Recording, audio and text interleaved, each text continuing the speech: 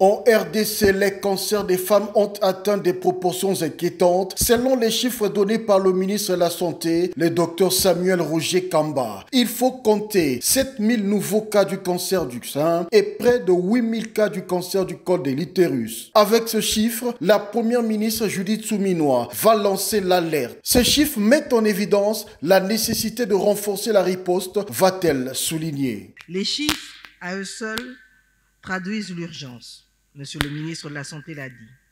Derrière chaque donnée, il y a une femme, un foyer, un avenir suspendu.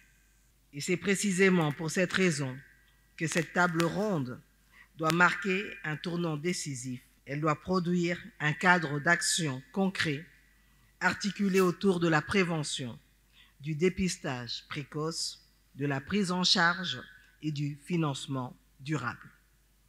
Notre ambition n'est pas seulement de sauver des vies, mais de bâtir un système de santé qui inspire confiance et suscite l'adhésion du peuple. Aux femmes, Judith Suminwa Toulouk alors réitère l'engagement de son gouvernement à bien mener ce combat. Aux femmes de la République démocratique du Congo, je veux redire l'engagement du gouvernement selon lequel votre santé est un droit inaliénable, protégé par la Constitution et garanti par l'action publique.